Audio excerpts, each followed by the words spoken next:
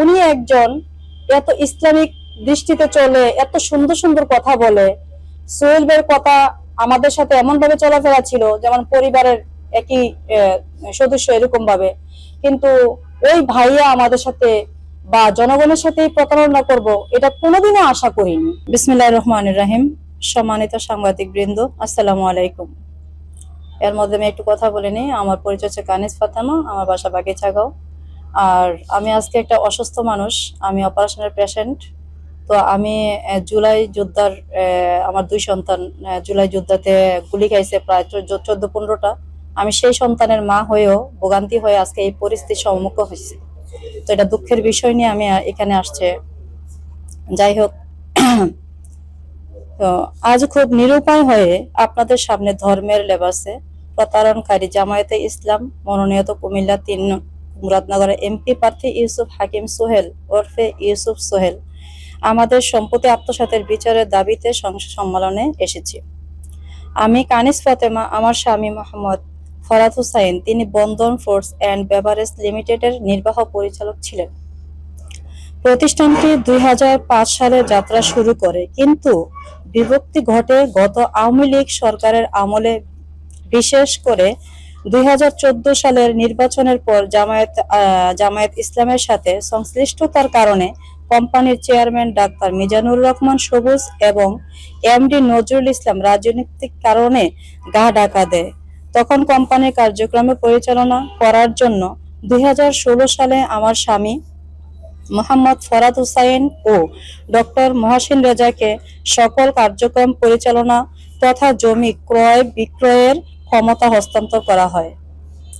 যেহেতু 5% share holder রয়েছে, সকলেই কোম্পানির সম্পত্তির মালিক। আমরা সকলের প্রতি ইনসাফ করেই বন্টন এবং আয় ব্যয় বন্টনের সিদ্ধান্তে অটল ছিলাম। কিন্তু অত্যন্ত দুর্ভাগ্য ও হতাশার বিষয় হলো, যাদেরকে আমরা ইসলামিক নেতা এবং ধার্মিক ভেবে বিশ্বাস করি, সে জামায়াতের নেতা মুরাদনগরে জামায়াত ইসলামের এমপি প্রার্থী ইউসুফ হাকিম সোহেল আমাদের সাথে প্রতারণা করে। 2022 সালে কোম্পানির চেয়ারম্যান এমডি মিজানুর রহমান সবুজ এবং এমডি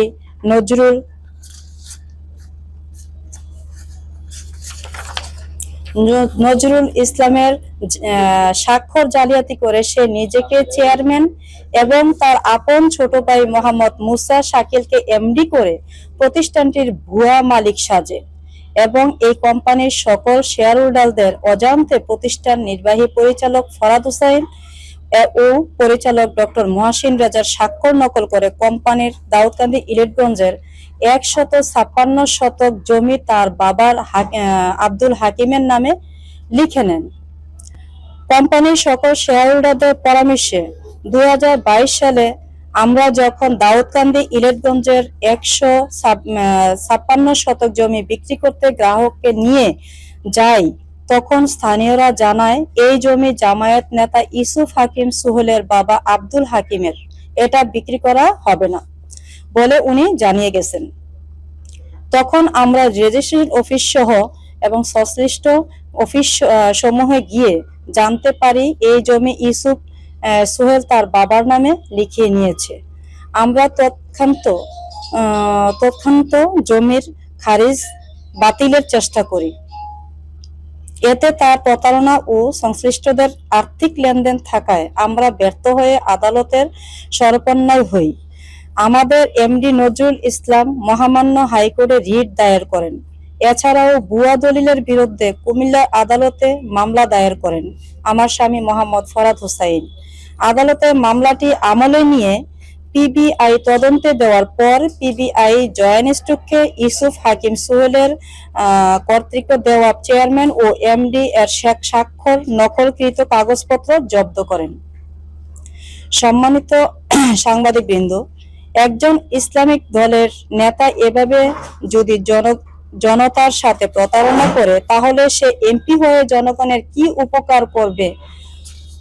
বরং সে তো জনগণের জমি সম্পদ আত্মসাৎ করবে, এটা আমার এখন মনে হচ্ছে, যা ইতিমধ্যে ক্ষমতা না এসেও সে করতে পেরেছে। সম্মানিত সাংবাদিকবৃন্দ, ইউসুফ হাকিম সোহেল স্বাক্ষর জালিয়াতি করে নিজের বাবার নামে সম্পদ লিখে দেওয়ার পরও বিষয়টি সুষ্ঠু সমাধানের জন্য আমরা তার সাথে বারবার বসার চেষ্টা করেও তার সমাধান পাইনি। এমতো অবস্থায় 500 শেয়ার হোল্ডারের জমি সমূহ উদ্ধার না হলে প্রত্যেকটি পরিবার ক্ষতির সম্মুখীন হবে। অনেকের একমাত্র সম্বল এই জমিগুলো। আমরা চাই ইউসুফ হাকিম সোহেল নির্বাচনে বড় বড় সততার বক্তব্য আর ভালো মানুষের মুখে বলি না ওরা আমাদের সম্পদ বুঝিয়ে দিন। প্রিয় সাংবাদিক বৃন্দু, আমরা আমাদের সম্পত্তি ফিরে পেতে আপনাদের সকলের সার্বিক সহযোগিতা কামনা করছি। আপনাদের মাধ্যমে মাননীয় প্রধান উপদেষ্টা, স্বরাষ্ট্র উপদেষ্টা, জামায়াত ইসলামের আমির ডক্টর শফিকুর রহমান ও কুমিল্লার ডিসি, এসপি সহ সকলের নিকট আকুল আবেদন, আমাদের 500 শেয়ার হোল্ডারের জমি উদ্ধারে সহযোগিতা করুন। এটা হচ্ছে, আপনারা দেখেন সবাই, এটা হচ্ছে যখন 2016 সালে doctor Mizanur Rahman chairman, MD Nazrul Islam ভাই, তারা দুইজন যখন আমার হাজবেন্ড মোহাম্মদ ফরাদ হোসাইন, ডক্টর মহসিন রাজাকে যখন পাওয়ার দেওয়া হয়, সেই জমিনের দলিল হচ্ছে এটা, অরিজিনাল।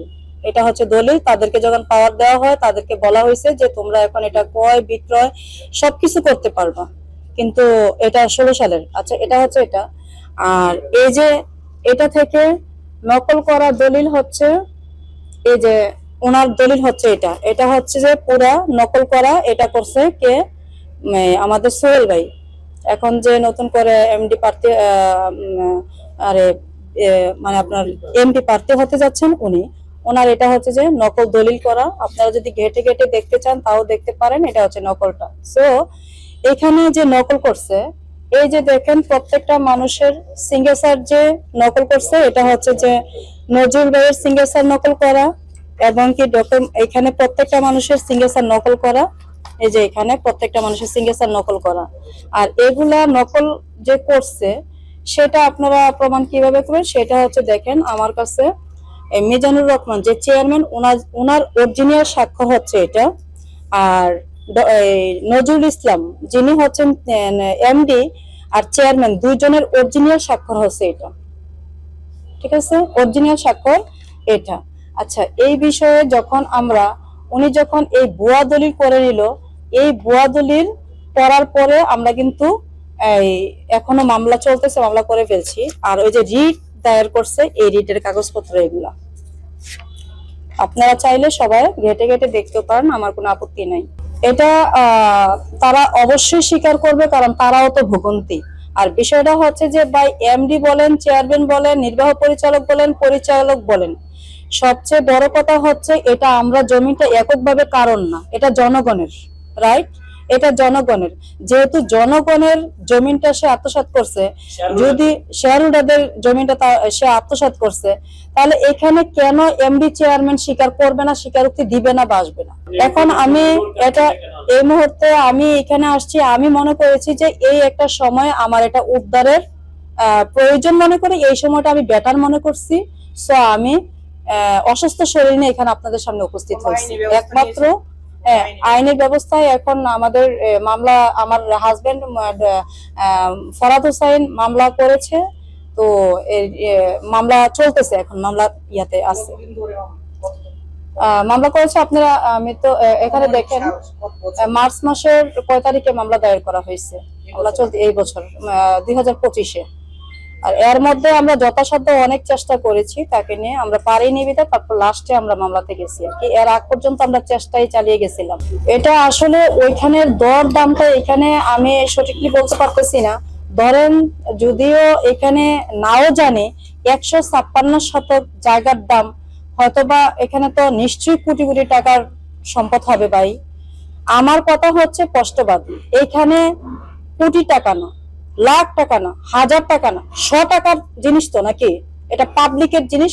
আমি উদ্ধার করতে চাই, এটা আমি উদ্ধারের জন্য আপনাদের কাছে সহযোগিতা চাচ্ছি।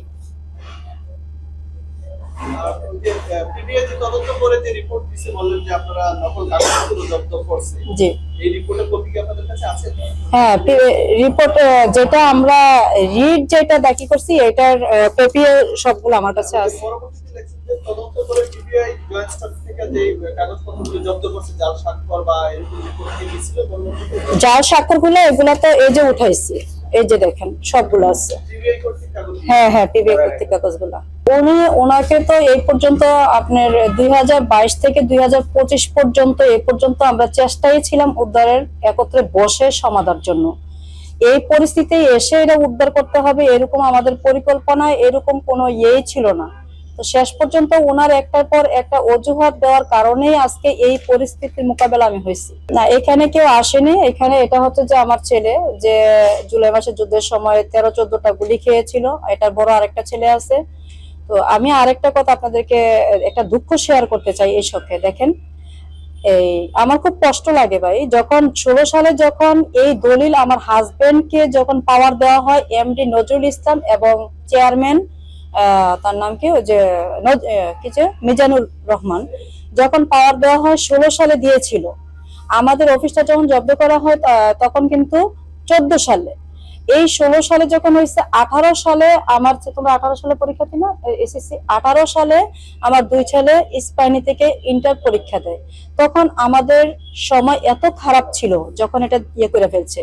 কোটি টাকার লেনদেন তো এখানে বাই পাবলিকের, এটা তো আমাদের একান্ত কিছুই না। সবাই হিমশিম খেয়ে ফেলছে। কেউ ওই যে এখানে লেখা আছে এই যে গা ঢাকার জন্য, কেউ ওখানে কেউ এখানে সেখানে, সবাই। এতে একমাত্র আমার হাজবেন্ডই কুমিল্লাতে আল্লাহ রহমতে মোকাবেলা করে এই পর্যন্ত আল্লাহ রাখছে আছে। তো এখানে কিভাবে ছিল দেখেন, আমরা কত কত কষ্ট করে দিনগুলা কাটাইছি। যখন 16 সালে এটা 16 সালে তাকে এটা ইয়াদ করে দেওয়া হয়েছে, পাওয়ার দেওয়া হয়েছে। 18 সালে আমার ছেলেদের পরীক্ষা ইস্পাহিনীতে, 1 বছরের বেতন দিয়েছিল, দিতে পারছিলাম না। হ্যাঁ, 16 কোটি টাকা আমার হাজবেন্ডের হ্যান্ড তার দেনা ছিল ওই অফিসে, যে সরাসরি রেখেছিল পাবলিক। তো আমার শ্বশুর আগে কাউন্সিলর ছিল এবং আমার নাম ডাকা একজন মানুষ, তাদের ছিল বিদায় মানুষকে আমরা জায়গা জমিন দিতে চাইছি না। আগে মানে আত্মসম্মানের দিকে তাকাইয়া আমার শ্বশুরের বাবার বাড়ি থেকে এনে সবকিছু দিয়ে আমার স্বামীকে আল্লাহ রহমতে ঠিকঠাক রেখেছি। কোনো মামলা মোকদ্দমা এগুলাতে যাইতে এখনো দেওয়া হয়নি। তারপর কিন্তু এই সময়টার মধ্যে আমরা কত কষ্টে দিন কাটাইছি।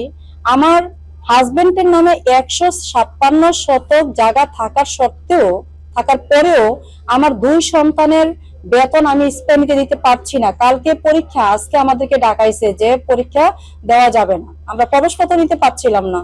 আমি আমার হাজবেন্ড কাঁদতে কাঁদতে আমার 2 ছেলে ওইখানে দাঁড়া করাইয়া বাবাকে মাকে ফোন দিছি। তখন হুন্ডা নিয়ে ক্যান্টনমেন্ট থেকে কোম্পানিগঞ্জে গেছি। বাবার বাড়ি থেকে টাকা না, তৎকালীনই আমি টাকা দিয়ে ফি দিয়ে 1 বছরের আমি প্রবেশপত্র নিয়েছি। তারপরে 2টা ছেলেকে আমি পরীক্ষা দেওয়া হয়েছি। এত কষ্ট করেও আমি ছেলেদের মেয়েদেরকে লেখাপড়া করাইছি। কিন্তু ওই মুহূর্তে তো চাইলে আমার হাজবেন্ড পারতো 10 শতক জায়গা বিক্রি করলে, যেহেতু তার আন্ডারে ছিল। কিন্তু আমার হাজবেন্ড তো এটা করে নাই। কেন করে নাই?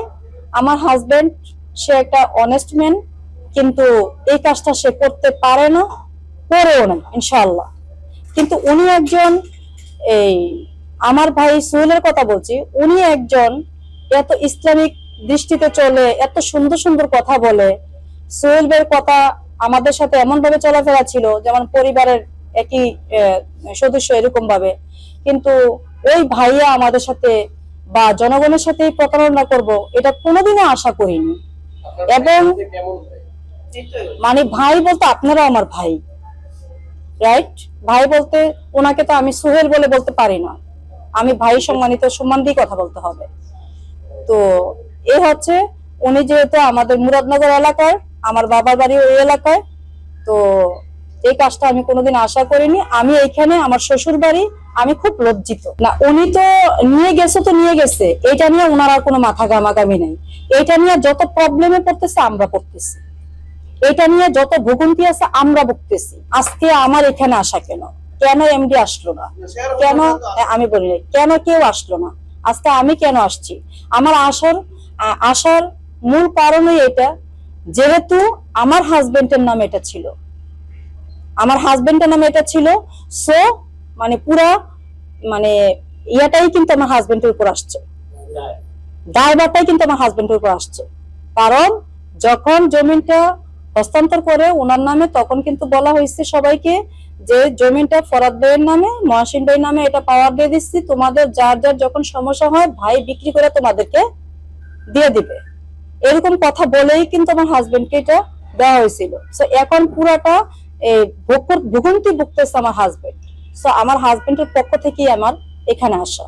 আমার হাজবেন্ড এখানে অবশ্যই আসতো, আমার হাজবেন্ড ঢাকায় আছে, কুমিল্লার বাইরে দেখে আমি আজকে আনতে পারিনি আপনাদের সামনে।